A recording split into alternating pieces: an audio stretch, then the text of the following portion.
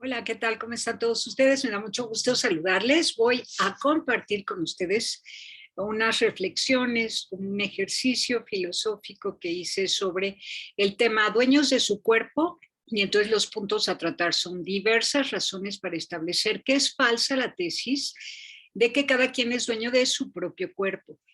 Dos, consecuencias de la tesis que sostiene que cada quien es dueño de su propio cuerpo. Y tres, confusión del cuerpo de cada quien con el de su hijo.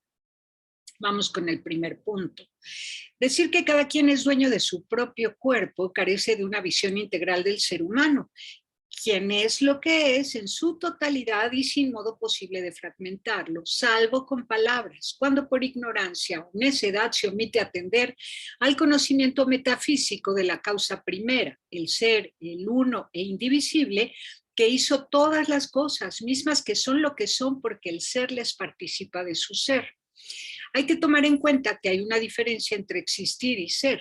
Las cosas existen porque son, se les llama entes, dado que son existentes, pero no todos son seres vivos. Los seres vivos tienen alma en distintos grados y el alma es consustancial al cuerpo. De ahí que se les reconozca como seres vivos, plantas, animales, humanos.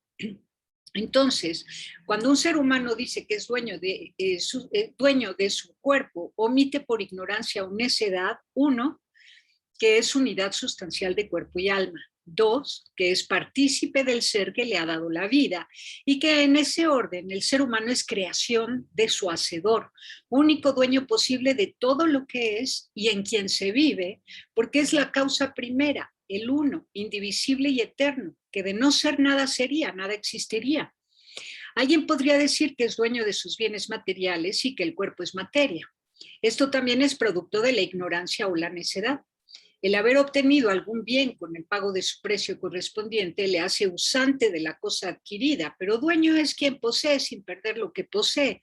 De ahí que el ser humano puede usar las cosas mientras duran y ser administrador de ellas mientras viva, aunque le sea imposible poseerlas eternamente.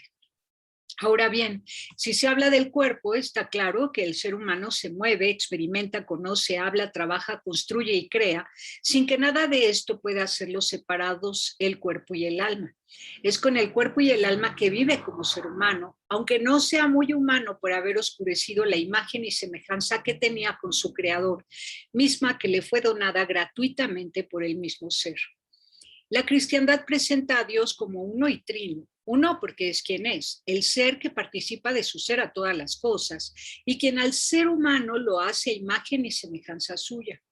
El cristianismo lo reconoce como trino porque es uno en relación con el Hijo, por quien y para quien fueron creadas todas las cosas, y con el Espíritu Santo, que es el amor eterno, incondicional e inmutable que armoniza todas las cosas. De acuerdo con la imagen y semejanza con su hacedor, el ser humano está llamado a ser unidad y relación. Unidad entendida como integridad física, mental, emocional y espiritual. Y en relación de amor con las otras personas y con la creación en Dios, en quien vive y es quien es, ser humano. Sin embargo, cuando el ser humano rechaza la unidad al fragmentarse, a ver, me perdí porque estoy leyendo. Rechaza la unidad al fragmentarse y decir de sí mismo que es dueño de su cuerpo, comete dos faltas. Uno, dividirse con palabras a sí mismo al percibirse de modo incompleto, tratando de probar que la razón está separada del cuerpo. Y dos, ignorar que es creación del ser creador y único dueño. Sobre la división que hace de sí mismo, al decir que su cuerpo es cosa de la que es dueño, queda claro que ni siquiera esta falacia podría pronunciarla si no fuera porque hace mal uso de la razón y del lenguaje, de modo que baste esto para probar que el ser humano es indivisible. En todo caso, es libre para perder la imagen y semejanza con su creador hasta dejar de ser humano. La afirmación de que yo soy dueño de mi cuerpo implícitamente reconoce que hay un yo ajeno al cuerpo, el cual sería propietario. Entonces, a la respuesta de quién soy yo, tendría que comprender algo distinto al cuerpo. Esto traería implícitamente el reconocimiento del alma o del espíritu, o del alma y el espíritu. Si solo es el alma, donde están la inteligencia y la voluntad, estas funciones lo son en unidad con el cuerpo. Y si es el espíritu, tendría que reconocer por la luz del mismo espíritu que el ser humano es unidad sustancial de cuerpo y alma, pero también que el espíritu es dueño del ser humano y no un yo propietario de su propio cuerpo y distinto al cuerpo. Sin embargo, los sostenedores de la propiedad del cuerpo niegan el espíritu al tratarse la suya de una teoría evidentemente materialista.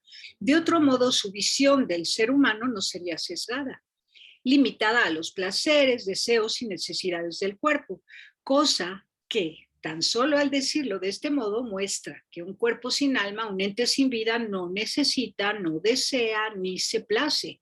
Los errores y consecuencias de la visión materialista respecto del ser humano son evidentes. Segundo punto, pensar y promover la idea de que cada quien es dueño de su propio cuerpo es un error epistémico y gnoseológico. En este caso, la inteligencia no se adecua a la verdad de lo que el ser humano es o renuncia deliberadamente a la posibilidad de conservar la imagen y semejanza con su creador, a quien se le conoce por su creación y a quien se puede dejar de conocer a través del ser humano por haber perdido su imagen y semejanza con el creador. Para enlistar las consecuencias de la falacia implícita en la idea de que cada quien es dueño de su propio cuerpo, basta mirar las acciones de quienes así piensan. Faltan a la gratitud con la que se debe honrar al padre y a la madre, de cuya carne y sangre proceden.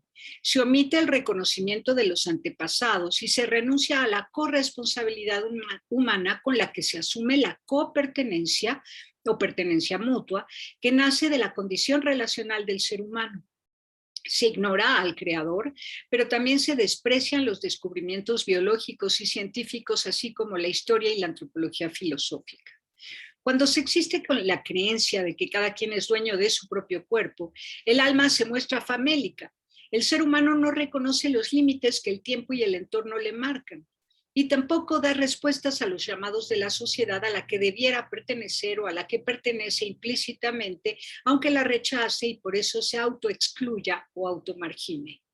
Esta ceguera respecto de la totalidad de su ser, cuerpo y alma desfigura al ser humano. Unos tienden a conservar el cuerpo como lo único preciado en sí mismos y se someten a tratamientos tormentosos para mantener bajo su posesión aquello de lo que se piensan como dueños. Otros se desprecian a tal grado que se lesionan, se tatúan y se agreden con sustancias psicoactivas, desórdenes alimenticios y sexuales. Otros optan por el suicidio.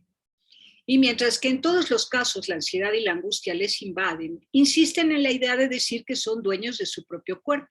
No obstante que esa angustia y esa ansiedad sean síntomas de la totalidad de su ser. El alma, con expresiones psicosomáticas, se muestra hambrienta de armonía y desarrollo integral como corresponde al ser humano, unidad sustancial de cuerpo y alma. El ser humano, al referirse al cuerpo como cosa de la que es dueño, quiere conservar lo que posee, de ahí que algunos llegan a gastar altas sumas de dinero para conservar la propiedad sobre el cuerpo. Se tratan a sí mismos como cosa y tienden a tratar a otros seres humanos también como cosas, independientemente de que los vean como cosa bella o deplorable, ya sea para poseerlos o para herirlos. Entonces, sus relaciones interpersonales son destructivas. Aquí cabe advertir que el ser humano es insaciable y que por eso no se conforma con la idea de que es dueño de su propio cuerpo. Quienes parten de esta idea de modo contradictorio quieren poseer más cuerpos, pero que ningún otro cuerpo o ningún otro dueño de otro cuerpo los posea. Cosa distinta es la postura de una persona íntegra que reconoce su dignidad y la dignidad de los otros seres humanos, razón por la cual asume que ningún ser humano es posesión de otro, ya que todos los seres humanos son criaturas del dador de la vida y están llamados a la libertad, sí, pero también a la relación yo-tú, nosotros, donde nadie posee a ningún otro, pero se vive con la dignidad de ser humano. Como se ve, mirar al ser humano como cosa es también una renuncia a la libertad, aunque superficialmente se piense que se es libre, cuando se dice que cada quien es dueño de su propio cuerpo, y no se admita que es esclavo de su ignorancia y consecuencias. El egoísmo, la vanidad, la envidia son enfermedades del alma a causa de la inanición cognitiva y falta de desarrollo integral. Sus consecuencias son una gran variedad de enfermedades psicosomáticas: anorexia, bulimia, autolesión, trastornos de la personalidad, trastornos de la sexualidad, graves problemas de la afectividad, depresión, desesperación, acumulación de bienes, suicidio y asesinato. 3, el punto número 3. La idea de que cada quien es dueño de su cuerpo es previa a la confusión del cuerpo de cada quien con el cuerpo de su hijo. Y la causa de ambas es la misma ignorancia respecto de quién es el ser humano. Tanto la primera como la segunda ideas se refieren al cuerpo del ser humano, pero se contradicen entre sí cuando al mayor se le asume como dueño de su cuerpo y al menor no se le reconoce que sea a su vez dueño de su cuerpo. De ahí que el bebé en útero pueda ser poseído o destruido por el dueño del otro cuerpo sin que se le permita alcanzar la edad para participar en el debate.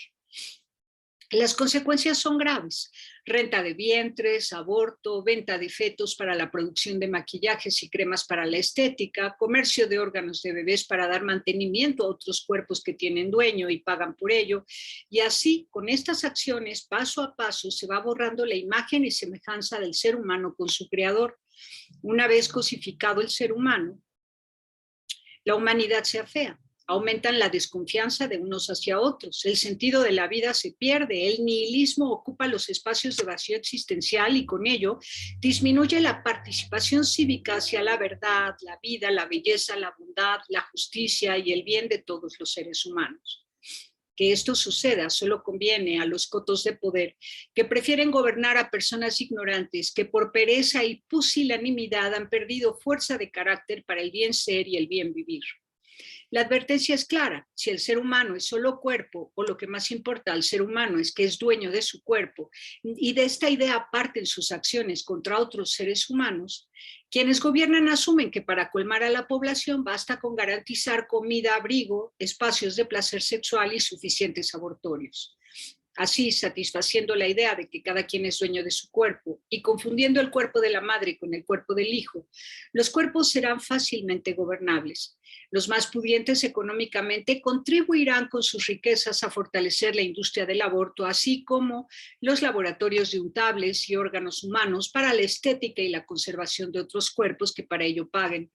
Otros se irán muriendo al somatizar la maldad hasta el suicidio, y así el índice poblacional alcanzará los estándares que para su beneficio temporal proponen quienes quieren menos seres humanos sobre la tierra. Una sociedad malsana es la consecuencia de la pérdida generalizada del sentido de la vida, la falta del conocimiento real y verdadero sobre quién es el ser humano. Unidad sustancial de cuerpo y alma, unidad y relación con otras personas, ascendientes, pares y descendientes, receptor de la vida, llamado a la reciprocidad con el amor que nos participa de su ser, principio y eternidad, uno y en relación. Confundir el propio cuerpo con el cuerpo del hijo puede también llevar a la simbiosis, y la simbiosis con un solo ser humano habla de una tendencia a la simbiosis social, de modo que si el más fuerte es dueño de su cuerpo y dueño de los cuerpos de otros, la mayoría de la humanidad queda bajo amenaza de muerte a causa de un problema de percepción en unos cuantos poderosos.